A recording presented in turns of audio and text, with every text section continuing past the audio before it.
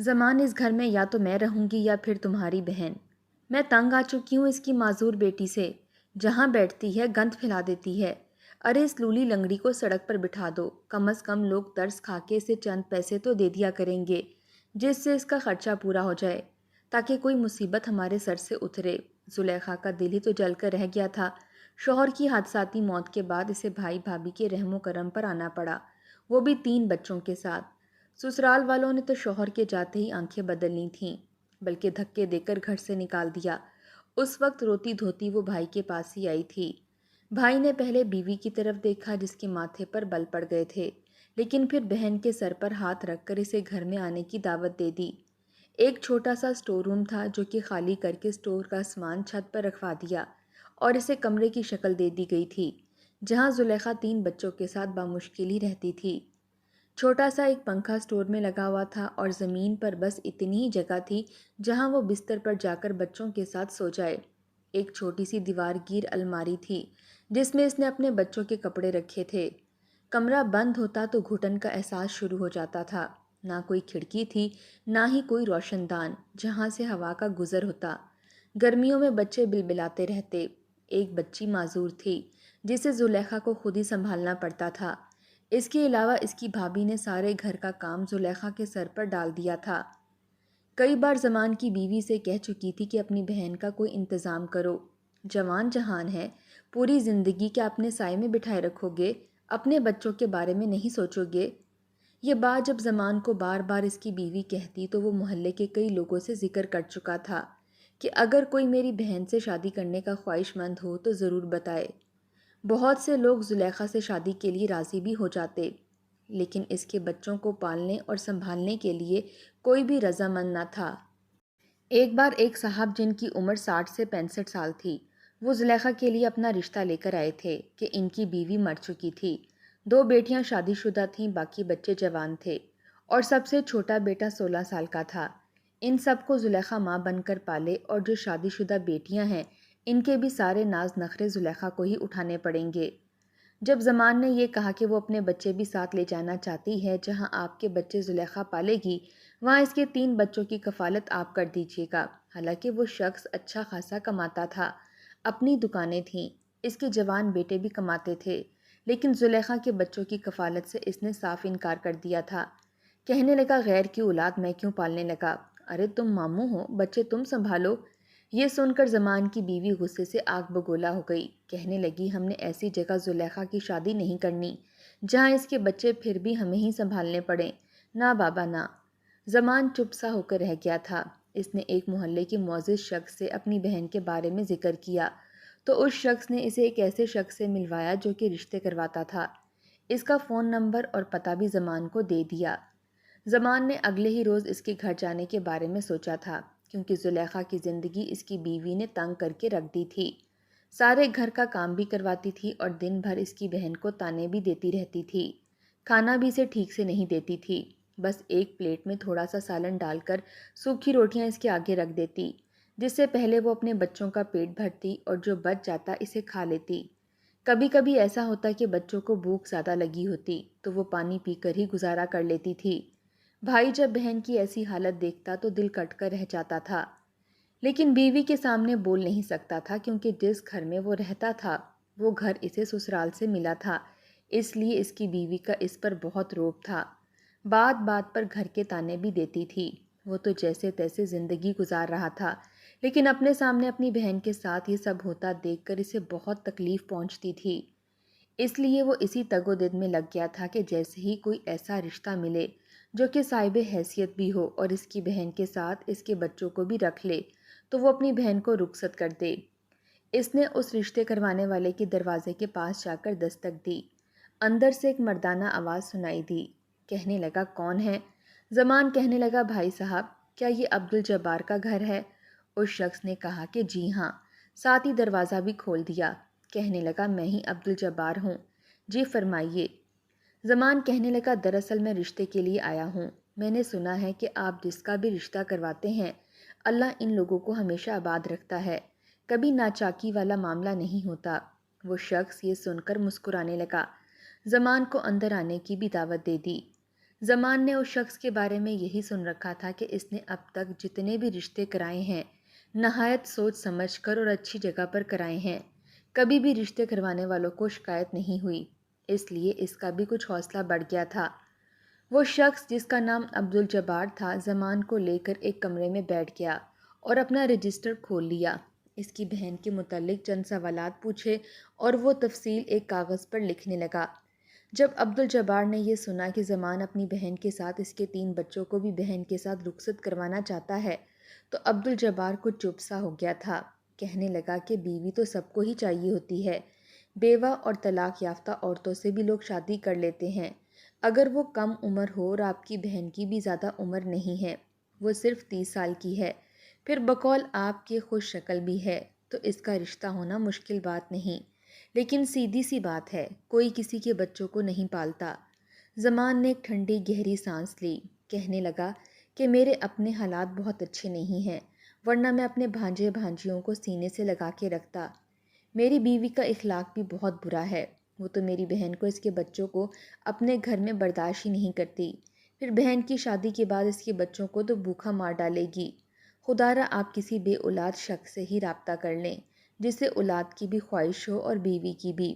یہ سن کر عبدالجبار کچھ سوچ میں پڑ گیا تھا، کہنے لگا ایک شخص ہے تو جو کہ بے اولاد ہے، کہنے لگا میں اس سے بات کر کے دیکھتا ہوں۔ اگلے ہی روز عبدالجبار شہباز کے پاس اس کی دکان پر پہنچ گیا۔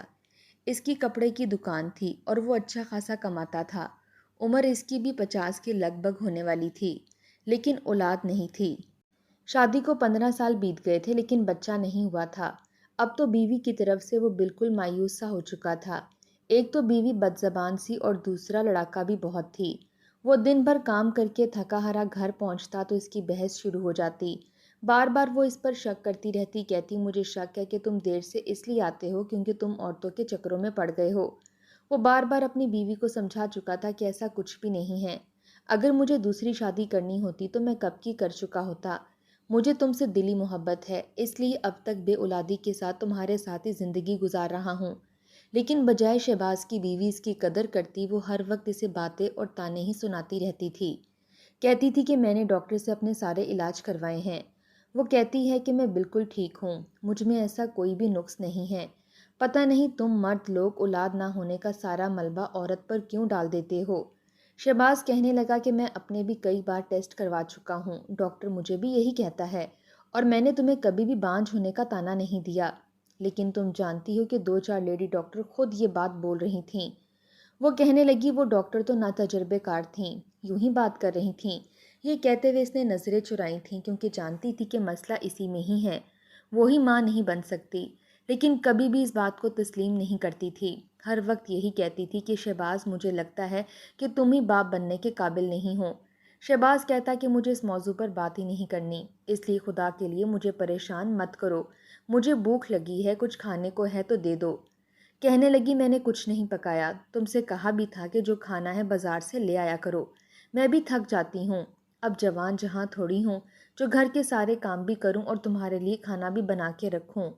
اولاد کی خاطر علاج کروا کروا کر میری صحت بہت خراب رہنے لگی ہے، اب تو میں ذرا سا کام کروں تو ہانپنے لگتی ہوں، میرا سانس پھولنے لگتا ہے، بہت جلد تھک جاتی ہوں۔ شہباز ٹھنڈی یا بھر کر رہ جاتا۔ ایسا سلسلہ پچھلے 2 سال سے جاری تھا، ہر وقت اس کی بیوی اس پر شک کرتی رہتی، جب بھی وہ گھر آتا تو اس کی قمیض کو آگے پیچھے سے دیکھتی کہ کہیں کوئی لپسٹک کا نشان تو نہیں لگا ہوا، کہیں غیر عورتوں کے چکروں میں تو نہیں پڑ گیا۔ دکان پر ہوتا تو کئی بار اسے فون کر کے پوچھتی کہ تم کہاں ہو، وہ یہی کہتا کہ میں دکان پر ہوں، اگر تمہیں یقین نہیں آتا تو آؤ میری مارکیٹ میں آ کر دیکھ لو کہ میں کہاں بیٹھا ہوں، یا پھر ایسا کرو صبح میرے ساتھ ہی دکان آ جایا کرو تاکہ تمہیں تسلی ہو جائے کہ پورا دن میں کہاں ہوتا ہوں اور کیا کرتا ہوں۔ کبھی شہباز اپنی دکان کے لیے کپڑا یا تھان خریدنے کے لیے جاتا تو اس کی بیوی پیچھے اس کی دکان پر فون کر کے ملازمین سے اس کے بارے میں پوچھ گچھ کرنے لگتی کہ کہاں جاتا ہے، کب آتا ہے، کوئی عورت بار بار دکان پر خریداری کرنے تو نہیں آتی جسے شہباز مسکرا کر دیکھتا ہو یا اسے مفت میں کپڑا دیتا ہو۔ جیسے جیسے عمر بڑھ رہی تھی شہباز کی بیوی کو پریشانی لاحق ہو گئی تھی، ہر وقت اس پر شک کرتی رہتی تھی، جس کی وجہ سے شہباز بھی تنگ آ چکا تھا، چڑچڑا بھی ہو گیا تھا۔ اس کے جتنے بھی دوست تھے جن کی شادی شہباز کے آگے پیچھے ہوئی تھی، سبھی بال بچے دار تھے۔ کسی کے بچے 4 تھے تو کسی کے 3۔ گھر میں بچوں کی رونق لگی رہتی تھی، اور ایک وہ تھا کہ گھر آتا تھا تو بیوی کی چک چک شروع ہو جاتی تھی۔ وہ اسے سکون سے نہ کھانا کھانے دیتی تھی اور نہ ہی بیٹھنے دیتی تھی، بس یہی کہتی کہ قسم کھاؤ کہ تمہاری زندگی میں میرے علاوہ اور کوئی دوسری عورت نہیں ہے۔ پتہ نہیں اس کے دل میں کون سا وہم پل رہے تھے کہ ایک بار شہباز کہنے لگا کہ اگر تم باز نہیں آئی تو میں سچ مچ اپنی زندگی میں کسی عورت کو لے آؤں گا۔ وہ کہنے لگی مجھے پہلے ہی تم پر شک تھا، دیکھا نا تم نے آج اپنے دل کی بات زبان پر لا ہی دی، تم چاہتے ہی یہی ہو۔ اس بات پر اس نے رونا دھونا مچا دیا۔ شہباز کہنے لگا کہ میں تمہاری باتوں سے تنگ آ کر یہ کہہ رہا تھا۔ وہ رونے لگی، کہنے لگی میں نے اپنی ساری جوانی تم پر خرچ کر دی۔ میں جانتی ہوں کہ مسئلہ میرے میں نہیں، مسئلہ تم میں ہے، لیکن پھر بھی میں نے تمہاری خاطر تم سے طلاق نہیں لی اور نہ ہی دوسری شادی کی، لیکن میں عورت ہوں اس لیے صبر سے بیٹھ گئی، سب کچھ سہ لیا۔ تمہیں کیا پتہ لوگ کیسی کیسی باتیں بناتے ہیں، کتنے تانے دیتے ہیں، لیکن میں سب کچھ تمہاری خاطر سنتی رہی، اور تم نے کتنے آرام سے کہہ دیا کہ دوسری شادی بھی کر لوں گا۔ کیا مرد ذات سے کبھی بھی وفا کی امید نہیں رکھی جاتی؟ ایسی باتیں کر کر کے وہ شہباز کا دماغ خراب کرتی رہتی تھی۔ کہنے لگا کہ میں نے کون سا تمہارا ساتھ نہیں دیا، آج تک کبھی میں نے علاج کے لیے پیسے دینے سے انکار کیا ہے، اور نہ ہی میں نے کبھی تمہیں یہ کہا ہے کہ میں دوسری شادی کر لوں گا، نہ ہی تمہیں میں نے کبھی دھمکایا ہے، نہ تانا دیا ہے۔ میں جانتا ہوں کہ اگر اولاد ہوگی تو اللہ مجھے تم سے بھی دے دے گا، اور نہیں ہوگی تو کسی سے نہیں دے گا، لیکن خدا کے لیے میں گھر میں سکون لینے کے لیے آتا ہوں، تم ہر وقت مجھ سے بحث مت کیا کرو، مجھے تھوڑا سا تو سکون لینے دیا کرو۔ لیکن شاید اس کی بیوی کی عادت ہو چکی تھی۔ ایک بار شہباز نے اسے برے طریقے سے ڈانٹ دیا، کہنے لگا کہ ایسا کرو جا کر اپنی ماں کے گھر بیٹھ جاؤ، چند دن مجھے یہاں سکون سے رہنے دو، کھانا تو تم ویسے بھی میرے لیے نہیں پکاتی، آئے دن بازار سے لے کر آتا ہوں، بہتر ہے کہ جاؤ اور میری جان چھوڑو۔ یہ بات سن کر شہباز کی بیوی رونے لگی، کہنے لگی تمہیں میری قدر ہی نہیں ہے، میں جا رہی ہوں اپنے والدین کے گھر، تبھی تمہیں پتہ چلے گا کہ میں گھر میں کیا کیا کام کرتی ہوں۔ شہباز نے اس کے سامنے ہاتھ جوڑے اور کہا کہ جاؤ یہاں سے۔ وہ اپنا سامان پیک کر کے وہاں سے چلی گئی اور جاتے ہوئے یہ کہہ گئی کہ اب میں تب تک نہیں آؤں گی جب تک تم میری منت سماجت نہ کر لو۔ شہباز نے اسے کوئی جواب نہیں دیا تھا، وہ جا چکی تھی۔ 3 دن ہی گزرے تھے اسے اپنے میکے گئے ہوئے کہ شہباز کے پاس عبدالجبار آ گیا۔ اس نے جب زلیخا کے بارے میں ذکر کیا تو وہ چپ سا ہو گیا، کہنے لگا میری بیوی کے مزاج سے تم اچھی طرح سے واقف ہو، مجھے کچا چبا جائے گی، جان سے مار ڈالے گی، ابھی میں نے دوسری شادی کی نہیں تو اسے بے اولادی کی وجہ سے وہم رہتا ہے، مجھ پر شک کرتی ہے، یہ تک کہتی ہے کہ میرا دوسری عورتوں سے تعلق ہے، وہ تو مجھے ہر دفعہ یہی کہتی ہے کہ میں دوسری شادی کر لوں گا۔ شہباز اس سے کہنے لگا کہ آپ صاحب حیثیت ہیں، غریب بچوں کی کفالت بھی کر سکتے ہیں، پھر دوسری شادی ہمارے دین اسلام میں منع تو نہیں کی گئی، بلکہ آپ جیسے لوگوں کو دوسری شادی ضرور کرنی چاہیے تاکہ بے سہارا عورتوں کو سہارا مل سکے۔ وہ کہنے لگا مجھے بس اپنی بیوی سے ڈر لگتا ہے، وہ یہی سمجھے گی کہ میں نے اس عمر میں اس کا ساتھ چھوڑ دیا۔ عبدالجبار کہنے لگا کہ آپ ایک سنت کو زندہ کرنے جا رہے ہیں، مجھے نہیں لگتا کہ آپ کو اس نیک کام کے لیے بیوی سے ڈرنے کی ضرورت ہے یا اس سے کسی بھی قسم کی اجازت لینے کی ضرورت ہے، ماشاءاللہ سے آپ خود کفیل ہیں اور اتنا اچھا کماتے ہیں، دوسری بیوی بآسانی سے رکھ سکتے ہیں، پھر وہ ایک مجبور عورت ہے، بھابھی کے رویے سے بےحد پریشان ہے، اور دوسرا یہ کہ یتیم بچوں کے سر پر ہاتھ رکھیں گے تو اللہ تعالیٰ آپ کے رزق میں اور بھی برکت ڈالے گا، ہو سکتا ہے کہ آپ کو اللہ تعالیٰ اپنی اولاد سے بھی نواز دے۔ یہ سن کر شہباز کہنے لگا کہ میں کچھ سوچ کر بتاؤں گا۔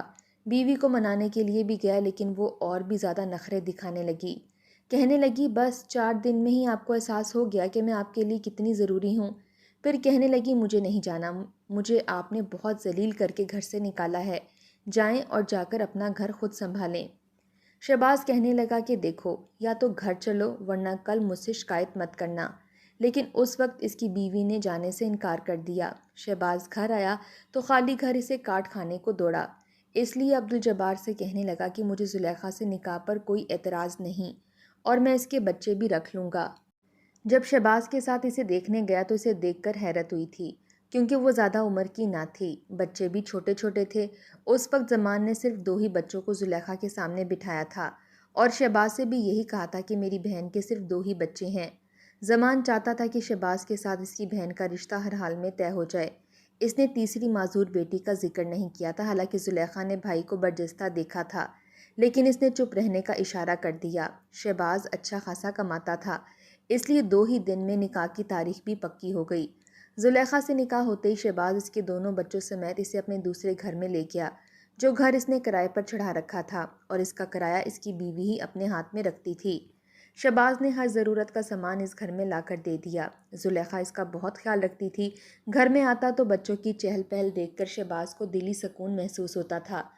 پھر زلیخا نت نئے کھانے اس کے لیے بنا کر رکھتی، وہ گھر آتا تو فوراً سے اس کے ہاتھ سے سامان لیتی، اس کے ہاتھ دھلاتی، اسے ٹھنڈا گلاس پانی کا دیتی، فوراً سے گرم گرم کھانا اس کے سامنے لا کر رکھ دیتی۔